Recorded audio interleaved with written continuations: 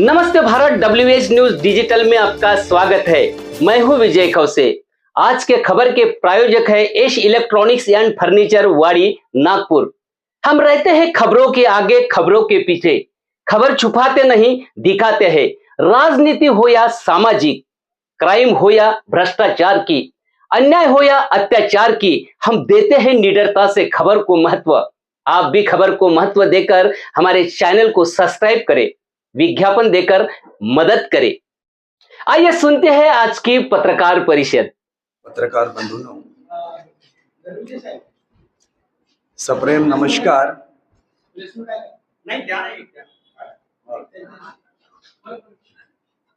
मैं आप सबसे एक बहुत ही गंभीर विषय के बारे में चर्चा करने आया हूं और बहुत ही संक्षेप में जो है वो गंभीर विषय क्या है ये आपको बताना चाहूँगा। ये जो आपके जो सवाल है, ये वर्तमान की जो परिस्थिति स्मारक समिति में उपस्थित हुई है और जो कंट्रोवर्सीज वगैरह जो है उस बारे में जो है आप ज़्यादा कुतूहल क्यूरियस लग रहे हो, लेकिन ये कंट्रोवर्सीज कोई शाश्वत नहीं है, परमानेंट नहीं है, ये सॉल्व होने वाली है। तो हमारा इंटरेस्ट जो है वो छोटी मोटी बातों पर, विषय पर नहीं होना चाहिए। जो समस्याएं हम फेस कर रहे हैं उस पर जो है मैं थोड़ा प्रकाश डालना चाहूँगा। और पत्रकार बंधुओं, आप जो है थोड़ा गौर से मेरे पॉइंट्स को अपने मन में विचाराधीन लीजिए। दो विषय पर बोलना चाहूँगा। एक तो दीक्षा भूमि की जो अवस्था है, जो विकास वहाँ पर नहीं हुआ है और जो कंट्रोवर्सीज है और वो कैसे सॉल्व होगी, वहाँ के लीगल प्रॉब्लम्स क्या है और लीगल सॉल्यूशन क्या है, इस पर जो है मैं आपसे कुछ अपने विचार शेयर करूँगा। और दूसरा जो विषय है वो है बोध गया का, वहाँ की क्या कंट्रोवर्सीज हैं, क्या प्रॉब्लम्स हैं और उसका सॉल्यूशन क्या है। और मुझे ऐसा लगता है कि ये जो ज्वलंत और बर्निंग जो इश्यूज है, इस पर आपका ध्यान ज़्यादा आकर्षित होना चाहिए। पहला पॉइंट कि बाबा साहब ने 14 अक्टूबर 1956 को धम्म की दीक्षा हम सबको दी, लेकिन 1956 से लेकर अभी तक 2024 तक आज हम देख रहे हैं कि दीक्षा भूमि की स्थिति एक दुर्दशा जैसी है। अब ये दुर्दशा जो है और ये जो दयनीय अवस्था है, ये किसने किया? लीडर्स ने किया, स्मारक समिति ने किया कि कोई ऑर्गेनाइजेशन ने किया? किसने किया? एक प्रश्न चिन्ह है। और अगर जो भी स्थिति अभी वर्तमान में है, क्या उसका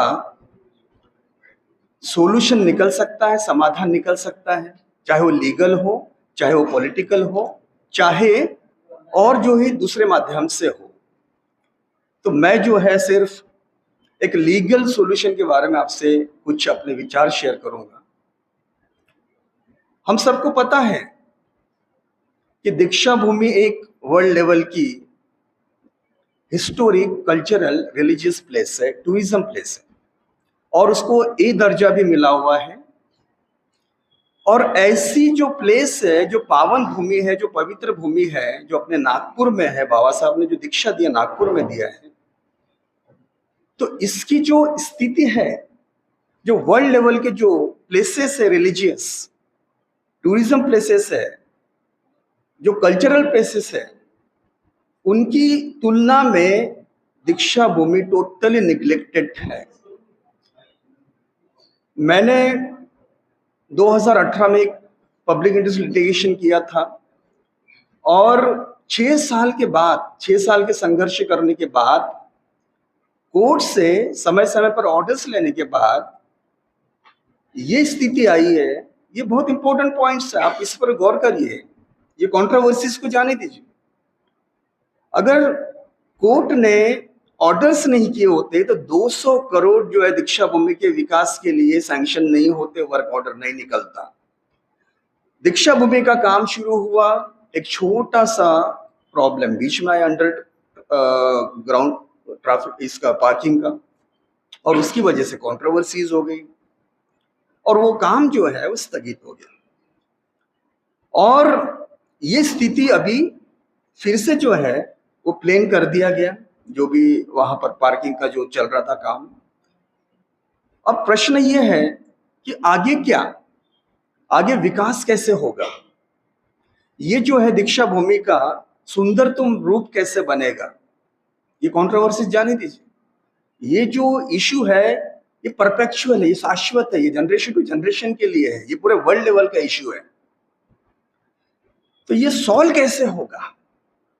तो अंडरग्राउंड पार्किंग का जो इशू आया है उससे हमें ये समझ में आया, या आम लोगों ने जो प्रोटेस्ट किया है ये समझ में आया है कि वो सफिशिएंट नहीं है, और अगर वहां पार्किंग होगी तो डोम को नुकसान हो सकता है या बहुत सारे रिपरकशंस, दुष्परिणाम हो सकते हैं, इसलिए वो एजिटेशन हुआ।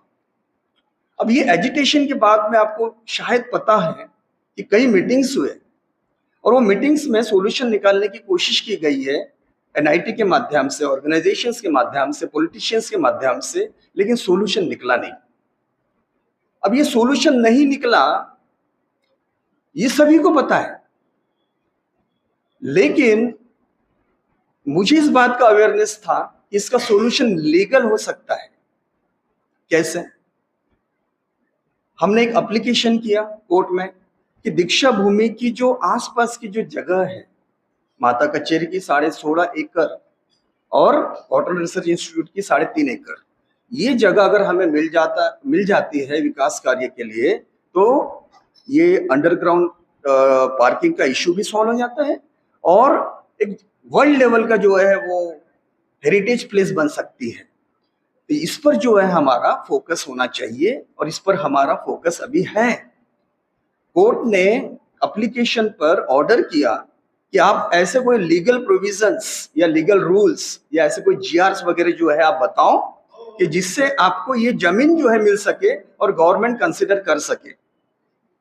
अब वो जो है वो अनुसंधान का विषय है, रिसर्च का विषय है, और उस पर जो है हमारा वर्कआउट चल रहा है और 50-60% हमको जो है वो सोल्यूशन, लीगल सोल्यूशन मिल चुका है कि कौन-से प्रोविजन से, कौन-से रूल से, कौन-से जीआर से जो है हमें वो जमीन मिल सकती है। हमारे सामने एग्जाम्पल्स है कुछ। जब पिटीशन में अगर मैंने 4 जो है प्लेसेस का रेफरेंस दिया है कि on the ground of equality, समानता, कि अगर शेगांव में इतना सुंदर जो है वो बन सकता है तीर्थ स्थान, अगर त्र्यंबकेश्वर में बन सकता है, शिरडी में बन सकता है, जगदम्बा माता में बन सकता है, तो दीक्षा भूमि तो इनके कंपैरिजन में तो हजारों, लाखों, करोड़ों गुना इंपॉर्टेंट है, ऐतिहासिक है। तो यहाँ क्यों नहीं बन रहा है? यहाँ पर गवर्नमेंट क्यों ध्यान नहीं दे रही है? क्यों जो है इनको हजारों करोड़ मिल रहे हैं और यहाँ पर जो है कैसे तो भी सब फाइट करके 200 करोड़ मिलते हैं। अभी अभी ताजा एग्जांपल्स है कि अगर शिव प्रतिमा, शिवाजी की प्रतिमा को 76,000 करोड़ गवर्नमेंट दे रही है। 76,000 करोड़ किसको कहते हैं? हमको तो 1,000 करोड़ भी नहीं है। और ये प्लेस आप सबको पता है बहुत ही जो है पवित्र प्लेस है, इंपॉर्टेंट प्लेस है। बाबा साहब का अस्तित्व यहाँ है, सारे जो बुद्धिस्ट हुए हैं, पूरे जगत की जो है दृष्टि यहाँ पर है। तो ये प्लेस कैसी होनी चाहिए? तो मुझे ऐसा लगता है कि आप सभी ने जो है, पत्रकार बंधुओं ने भी जो है कोऑपरेट करना चाहिए कि कैसे ये आसपास की जो भूमि मिल सके और विकास कार्य हो सके। तो पहला जो मैं आपसे जो है ये एक पॉइंट कहना चाह रहा हूँ कि ये काम संभव है। अगर मेट्रो जो है वहां हो सकता है, गवर्नमेंट दे सकती है, डिफेंस की जगह जो है जगदम्बा माता की जो मिल सकती है, तो दीक्षा भूमि के लिए क्यों नहीं मिल सकती? क्या बाधाएं हैं, क्या ऑब्स्टेकल्स है, लीगल इम्पेडिमेंट्स क्या है? तो गवर्नमेंट जो है ये कर सकती है, कन्वर्ट कर सकती है, हैंडओवर कर सकती है और हमें वो जमीन दे सकती है। And it's a need of time, यही समय है, राइट टाइम है। ये छोटे मोटे विषयों में जो है कुछ रखा नहीं है, ये सर ऑल जो है ये ऐसे टेम्पररी है, ये आते हैं जाते हैं, हर कहीं कंट्रोवर्सीज है। तो मुझे ऐसा लगता है कि इस पर फोकस करना चाहिए कि कैसे जो है ये बड़ा काम हो, और कैसे जो है आप लोग सपोर्ट करते हो कि ये दीक्षा भूमि को मिलना चाहिए जमीन। कोर्ट से हम ऑर्डर लेंगे, नो डाउट। गवर्नमेंट जो है, गवर्नमेंट पर प्रेशर आना चाहिए, वोट बैंक का प्रेशर आना चाहिए, ताकि जो है ये काम साध्य हो सके। अगर इसमें डिले हुआ समझो तो नेचुरली ये ठंडे बस्ते में जा सकता है, तो फिर बड़े लेवल के एजिटेशंस होंगे, आंदोलन होंगे और करने पड़ेंगे। तो पहला पॉइंट यही है मित्रों कि इसके लिए हमें ज्यादा जो है फोकस चाहिए। दूसरा पॉइंट, बोध गया का जो इश्यू है, आप सभी जानते हैं कि सम्राट अशोक ने वहां पर महाबोधि विहार की स्थापना की, और बहुत बाद में जो है किसी आर्किटेक्ट ने, इंग्लिश आर्किटेक्ट ने वहां की खोज किया, पर इतने सालों से जो है उसका अस्तित्व है, और अभी ये दिखाई दे रहा है कि वहां पर कुछ एंक्रोचमेंट भी है। अब उसकी जो है बनते जी ने एजिटेशन किया था, और 2012 में सुप्रीम कोर्ट में एक याचिका दाखिल की थी, पब्लिक इंटरेस्ट लिटिगेशन। अब मैं वो कॉन्स्टिट्यूशनल जो पॉइंट है उस पर आता हूं, बहुत ज्यादा आपका समय लूंगा नहीं मैं, क्योंकि आप लोग जो है ऑलरेडी दिन भर से एग्जॉस्ट हो चुके होंगे। एक कॉन्स्टिट्यूशनल पॉइंट ये बहुत इंपॉर्टेंट है आपको समझने के लिए कि 1949 में बोध गया टेम्पल एक्ट आया, और बोध गया टेम्पल एक्ट के तहत एक वहां ट्रस्ट बनाई गई, 4 बुद्धिस्ट रहेंगे, 4 हिंदूज रहेंगे, और एक कलेक्टर रहेगा, वो भी हिंदू रहेगा। वो एक्ट आप गौर करिए 1949 का है। अब जब संविधान आया तो संविधान ने आर्टिकल 25 दिया। आर्टिकल 25 ये कहता है कि जो भी माइनॉरिटी इंस्टीट्यूशंस है, माइनॉरिटी रिलीजन्स है, चाहे वो क्रिश्चियन हो, चाहे वो मुस्लिम हो, चाहे वो बुद्धिस्ट हो, तो एक जो फंडामेंटल राइट है, फंडामेंटल राइट की बात कह रहा हूं आपसे, वो ये कहता है कि हर जो है वो जो रिलीजियस जो पर्सन है, जो इंस्टीट्यूशन है, उनको ये हक है कि वो अपना रिलीजन प्रोफेस कर सकता है, प्रैक्टिस कर सकता है, और उसको फॉलो कर सकता है, वर्शिप कर सकता है, और साथ ही साथ उसका मैनेजमेंट और कंट्रोल भी कर सकता है। तो ये आर्टिकल 25 और 26 में दिया गया है। तो हमारा कहना यह है कि जब संविधान आया और अगर ये फंडामेंटल राइट दिया, तो वो जो एक्ट है 1949 का, वो निरस्त हो जाना चाहिए, वो अपने आप इनऑपरेटिव होना चाहिए, अपने आप होना चाहिए। लेकिन उसका ऑपरेशन अभी भी दिखा रहे हैं, और वही जो है ट्रस्ट है। इसमें एक आर्टिकल 13 वो इतना इंपॉर्टेंट है कि वो हमारा एक फाउंडेशन बनता है। वो आर्टिकल 13 ये कहता है कि अगर फंडामेंटल राइट यानी part 3 of the constitution of India, उसका कोई भी अगर फंडामेंटल राइट समझो कि वो डिरोगेटरी अगर जो कोई एक्ट है, इनकंसिस्टेंट एक्ट है, और वो फंडामेंटल राइट्स के अनुसार नहीं है, not in harmonious with fundamental rights, article 25, 26 fundamental rights है, तो ये जो है अपने आप जो भी लॉज होंगे, जो भी एक्ट होगा, वो अपने आप वाइड होगा, वाइड, वो निरस्त हो जाएगा, वो इनऑपरेटिव रहेगा।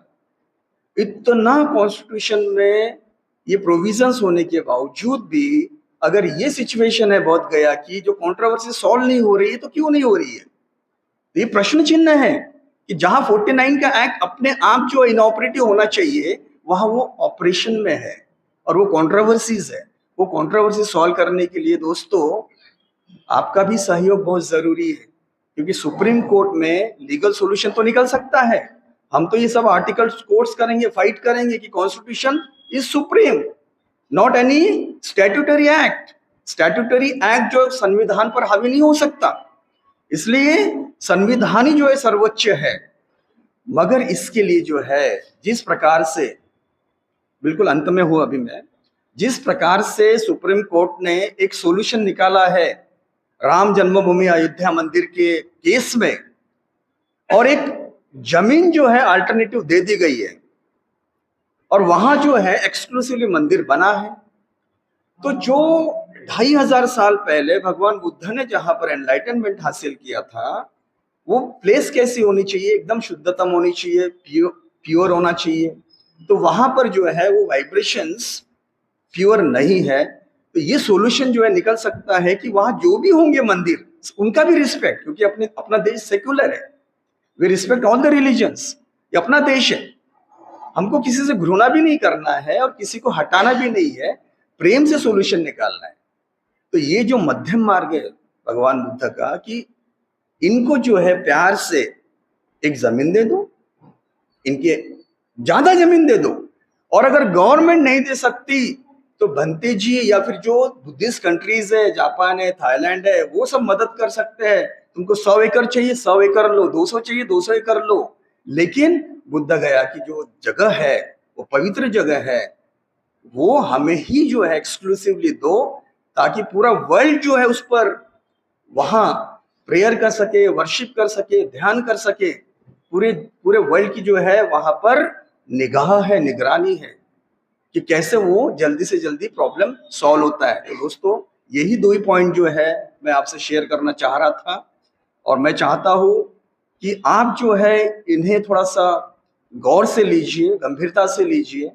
ये सारी कंट्रोवर्सीज पूरी दुनिया में ये सब होते ही रहता है, हमको उससे कोई लेना देना, मुझे उससे कोई लेना देना नहीं कि वहां क्या हो रहा है और क्या नहीं हो रहा है। मुझे सिर्फ सॉल्यूशन चाहिए वहां। क्यों? क्योंकि मैं ऋणी हूं बाबा साहब का, मैं ऋणी हूं भगवान बुद्ध का। ये पहला ऋण है मेरा।